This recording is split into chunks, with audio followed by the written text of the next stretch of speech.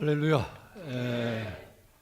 여러분들을 환영합니다. 오늘 여러분들 이렇게 우리 명과 함께 오셨는데 은혜도 받으시고 또 성도의 교제도 아름답게 나누시고 또 식사도 아주 맛있게 하시고 가시기를 바랍니다. 식사도 우리 나름대로 정성스럽게 잘 했습니다. 우리 교회는 대접 잘하는 교회예요. 그래서 우리 교회에 오실 때마다 이제 많은 분들이 참 잘 먹었다, 잘 먹고 간다 이랬는데 오늘은 모르겠어요. 오늘도 그렇게 말씀하실 줄로 믿습니다. 회장님이 저한테 설교를 한 20분 정도만 해라고 딱 시간을 정해 주셨어요.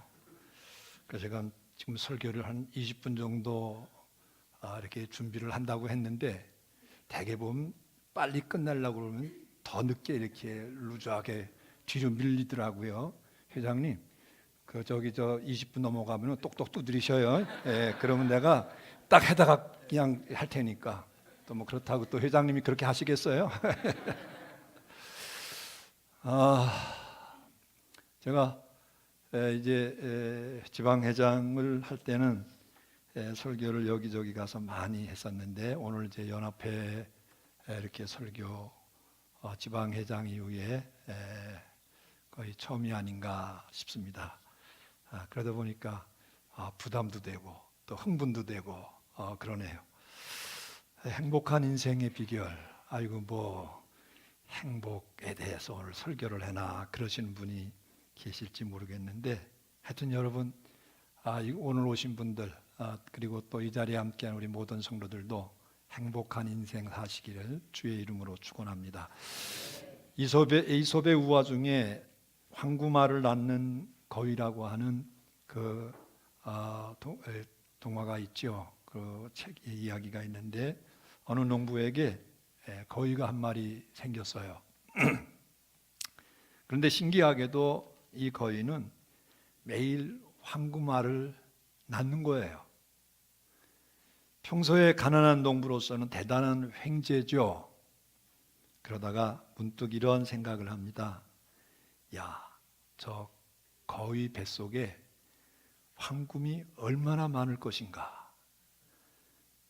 저 거위를 잡아서 배를 가르면 큰 부자가 될 거야.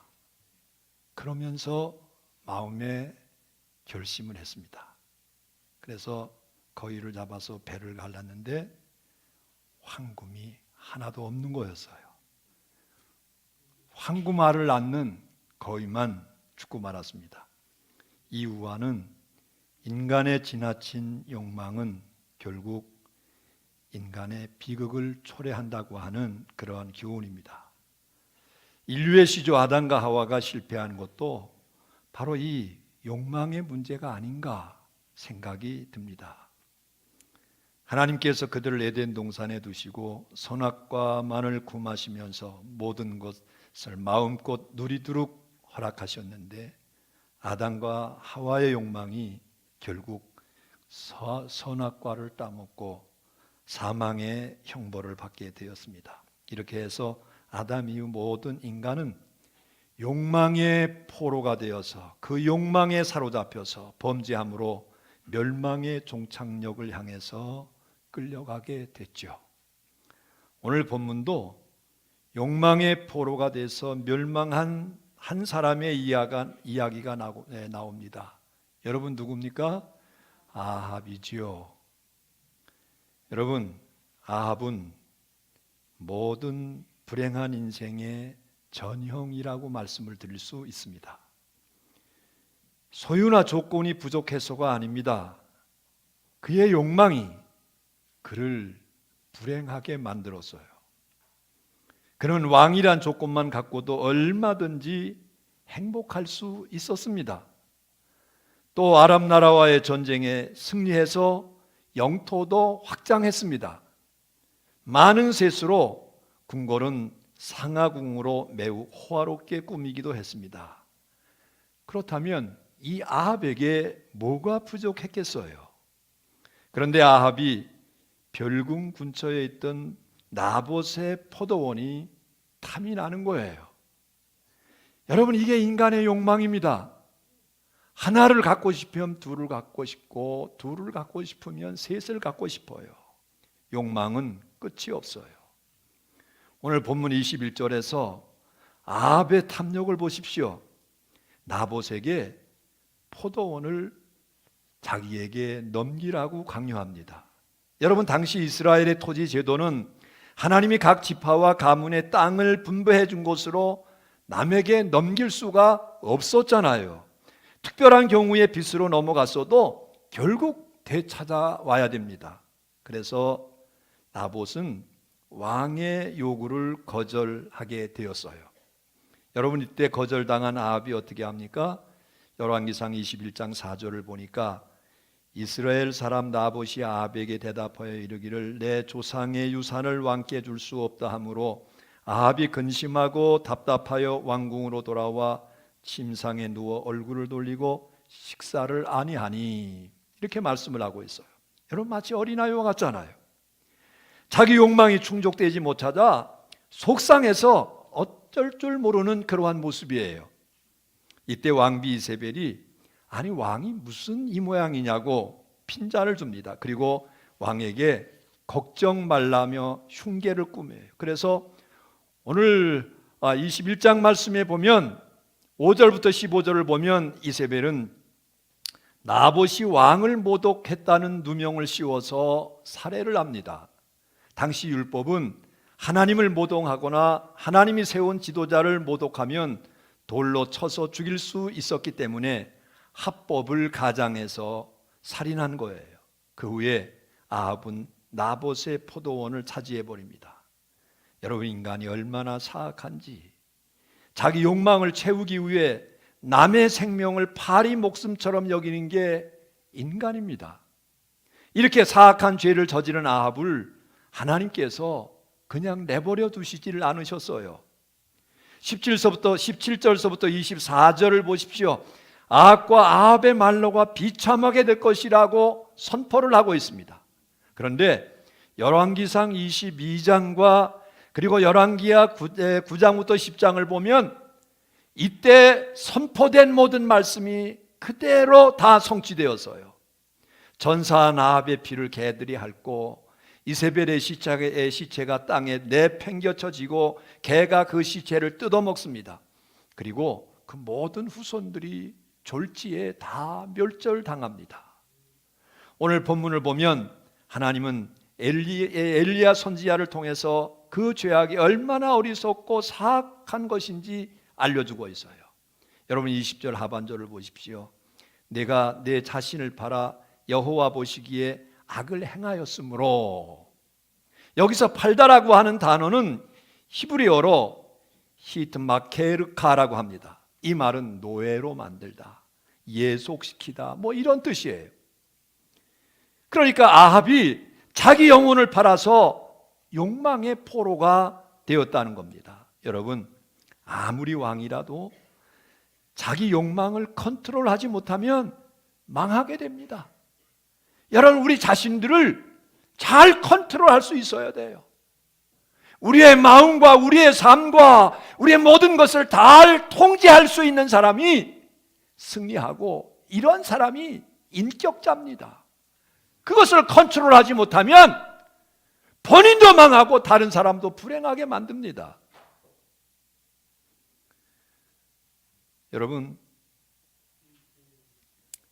불행한 인생 되지 말아야 되겠어요. 그래서 야고보서 4장 14절에서부터 15절에 보면 이렇게 말씀을 합니다. 오직 각 사람이 시험을 받는 것은 자기 욕심에 끌려 미혹됨이니 욕심이 잉태한즉 죄를 낳고 죄가 장성한즉 사망을 낳느니라. 욕망을 컨트롤하지 못하면 범죄하고 마지막에는 반드시 멸망한다고 하는 그런 말씀이죠. 누구도 그 욕망을 이기지 못하면 절대로 행복할 수 없습니다. 인생에서 승리할 수 없어요. 많은 소유가 있어도 욕망이 더 크면 여러분 가난뱅이로 사는 겁니다. 큰 권세가 있어도 욕망이 더 크면 졸장부로 살아가는 겁니다. 여러분, 아합왕이 그랬어요. 우리 인생도 마찬가지고 우리 교회나 지방의 공동체도 역시 마찬가지예요. 이 욕망의 포로 때문에 어려움 당하고 힘들고 고통받는 것이 오늘 우리의 모습이 아닙니까? 그래서 이것을 잘 컨트롤할 수 있는 그런 우리의 모습이 되어야 되겠어요. 여러분, 그러면 과연 우리는 어떻게 이 욕망을 컨트롤하고 행복해질 수 있을까요? 이 욕망을 컨트롤 잘 할 수 있는 사람이 행복한 인생을 살 수 있는 법인데 어떻게 해야 됩니까? 여러분, 인간은 의존적 존재예요. 무언가 의지하고 따라가게끔 되어 있어요. 본래 하나님을 의존하고 하나님을 따라가게 창조되었는데 하나님을 배반하고 하나님과 멀어진 후에 욕망에 끌려다니고 죄악의 지배를 받으면서 이제 살게 됩니다. 따라서 인생에서 가장 중요한 문제는 욕망과 죄의 사슬을 끊어버리는 거예요. 그게 바로 구원입니다. 예수님께서 인간을 속박하는 죄의 사슬에서 구원하시고 대속의 십자가를 지셨죠. 그러므로 인간이 죄와 욕망으로부터 해방될 수 있는 유일한 길은 십자가의 구원을 믿는 겁니다. 그래서 하나님의 사랑에 감복되어서 스스로 자발적으로 순종하고 헌신하게 됩니다. 이럴 때 진정한 만족과 기쁨과 평안을 소유하게 될 줄로 믿습니다. 여러분, 절대로 인간은 조건으로 만족해지는 게 아닙니다. 여러분, 사단은 조건이 좋아야 된다고 속삭입니다. 욕망을 따라가면 행복해진다고 속삭입니다. 그런데 거짓이에요. 여러분, 이런 이야기가 있어요. 거대한 폭포에 연결된 강에 큰 얼음 덩어리가 이제 떠내려갑니다. 그런데 그 얼음 덩어리에 죽은 양 한 마리가 얼어붙어 있어요. 하늘을 나르던 독수리가 가만히 보니까 자기가 먹을 게 있잖아요. 그래서 온살같이 내려가서 날카로운 발톱을 이 얼어붙은 그 양의 깊숙이 그 발톱을 받고 고기를 뜯어 먹습니다. 그런데 양고기를 먹는데 정신이 팔린 독수리가 얼음이 폭포에 다가오자 이제 정신이 번쩍 들어서 날개를 펴고 하늘을 올라가려고 할 때 당황해요. 왜 당황합니까, 여러분? 먹느라 시간을 끄는 동안에 발톱이 얼음에 박힌 채 그만 얼어붙어 버린 거예요. 결국 양의 시체와 함께 폭포에 휩쓸려서 죽고 말았다는 겁니다. 여러분, 욕망의 사슬이 이렇게 무서운 거예요. 그러므로 우리는 욕망을 이기고 승리하기 위해서 이 십자가 정신을 배워야 될 줄로 믿습니다. 십자가 사랑의 포로가 되어야 됩니다. 그럴 때 진정한 행복을 소유할 수 있어요. 여러분, 그러면 사랑의 포로가 된 우리의 삶은 어떠한 삶을 살아야 될까요? 세 가지 말씀을 여러분들에게 드립니다. 첫째, 세상의 욕망을 비워야 됩니다. 우리가 구원을 받아도 육체를 갖고 이 세상에 사는 동안에는 끊임없이 욕망이 끓어오릅니다. 욕망은 끝이 없어요. 가지면 더 갖고 싶습니다. 보면 더 보고 싶습니다. 그래서 사단은 우리의 약점을 알고 계속 세상의 욕망을 자극하며 우리를 유혹해 옵니다. 그럴 때 십자가를 바라보지 않으면 또다시 욕망의 포로가 될 수밖에 없어요. 그래서 갈라디아서 5장 24절에서 사도 바울이 이렇게 말합니다. 그리스도 예수의 사람들은 육체와 함께 그 정욕과 탐심을 십자가에 못 박았느니라. 여러분, 그리스도 예수의 사람들은 육체와 함께 정욕과 탐심을 십자가에 못 박아야 된다는 거예요. 그렇지 않으면 여러분, 그리스도 예수의 사람으로 바르게 살아갈 수가 없어요. 이 말씀대로 십자가를 바라볼 때 욕망을 물리칠 수 있습니다. 그렇다고 여러분, 기본 욕구까지는 금하라는 것은 아닙니다. 기본 욕구와 세상의 지나친 욕망을 어떻게 구분합니까? 하나님의 말씀의 범위 안에 있느냐? 그 말씀의 범위를 넘어가느냐? 이 차이입니다. 예를 들어 여러분 배고플 때는 밥을 먹어야 됩니다. 당연하죠. 그런데 배가 부른데도 배가 터지도록 먹으면 이건 해가 되는 거예요.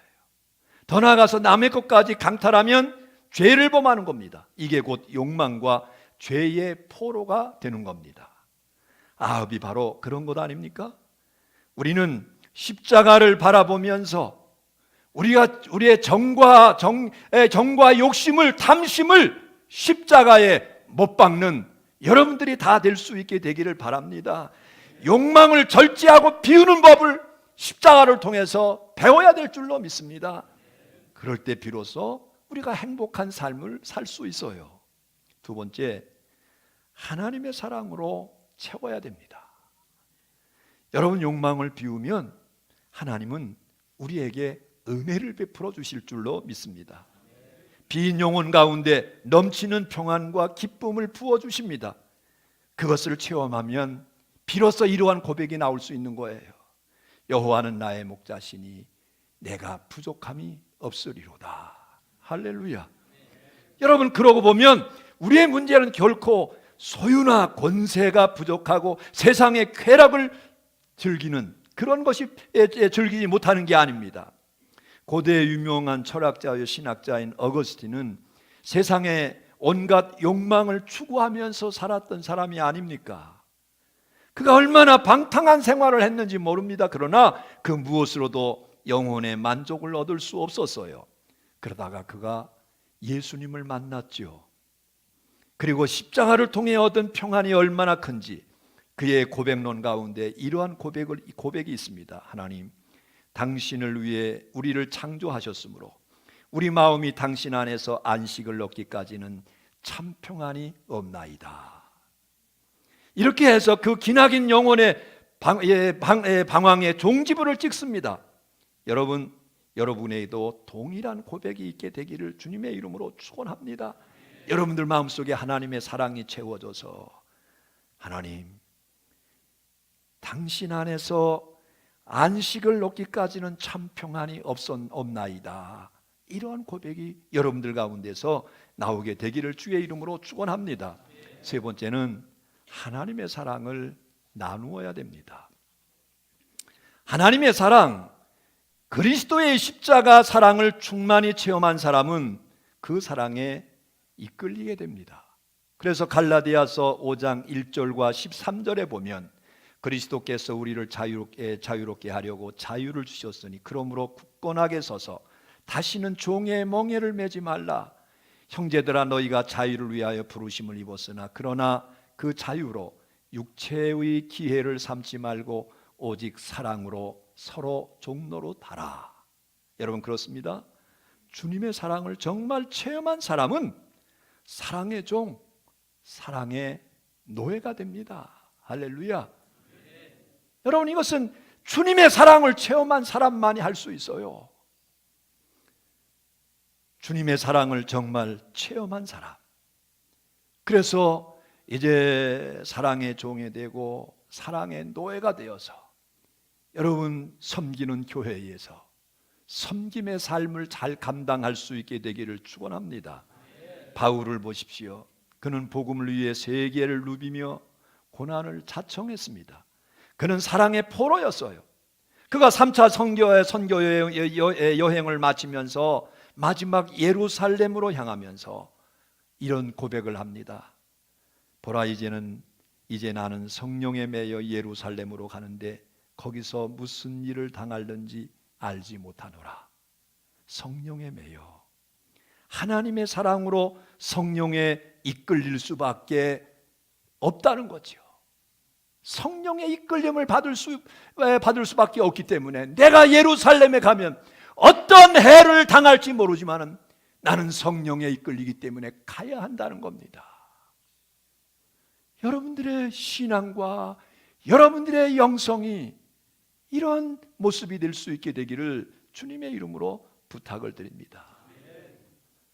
이게 참된 크리스찬의 삶입니다. 이 세상에는 두 종류의 인생이 있어요. 욕망의 포로로 살아가는 사람과 사랑의 포로로 살아가는 사람입니다. 우리는 둘 중에 하나예요.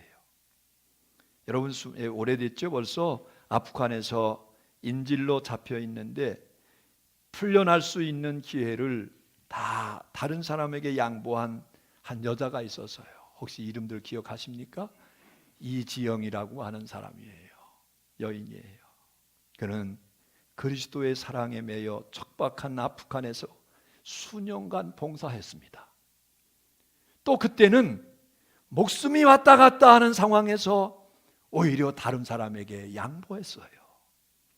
여러분, 이거 십자가의 사랑을 체험한 자만이 이해가 되는 그러한 인생입니다.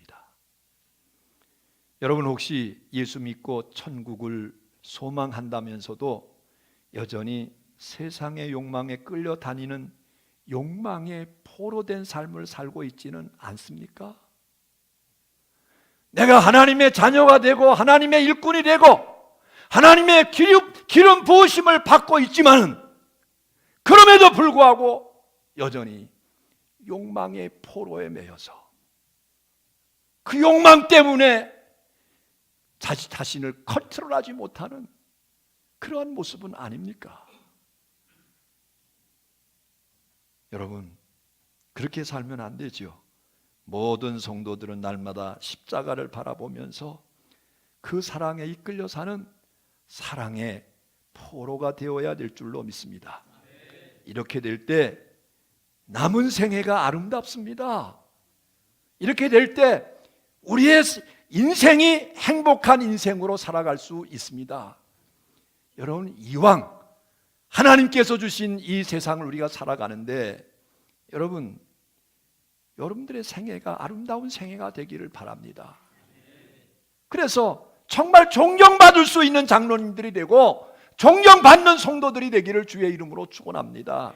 그리고 여러분들 자신도 행복한 인생을 살아갈 수 있게 되기를 주의 이름으로 축원합니다.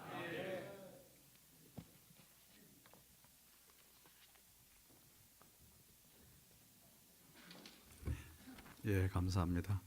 아주 시간을 너무 잘 지켜주셔가지고 너무 감사하고요. 명강사신 것 같아요. 조금 더 빨리 끝내주셔서 감사하고요.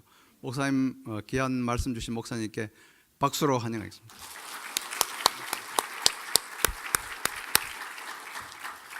감사드립니다. 그 순서를 조금 바꿔서요. 먼저 그 찬송가 94장 찬송하면서 헌금을 하고 헌금이 끝난 다음에 헌금 기도를 하고 그 다음에 우리 장로 찬양단의 특선을 듣도록 그런 순서로 진행하겠습니다. 찬송가 94장 하면서 헌금하겠습니다.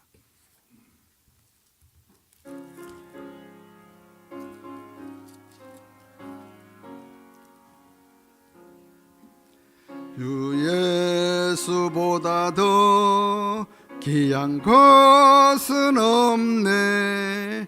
이 세상 부귀와 바꿀 수 없네. 영축을 내 대신 돌아가신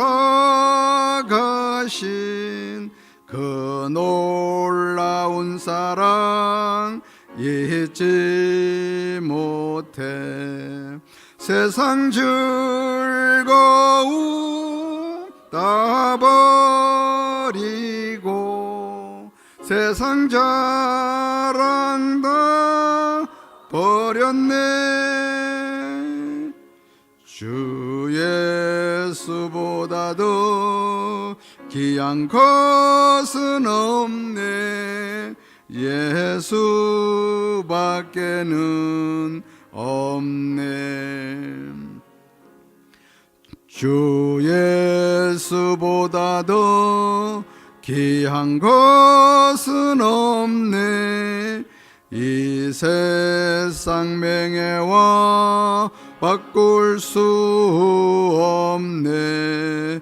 이전에 즐기던 세상 일도 주 사랑하는 마음 뺏지 못해. 세상 즐거움 다 버리고 세상 자랑 다 버렸네. 주 예수보다도 귀한 것은 없네. 예수밖에는 없네. 주 예수보다도 귀한 것은 없네. 이 세상 행복과 바꿀 수 없네. 유혹과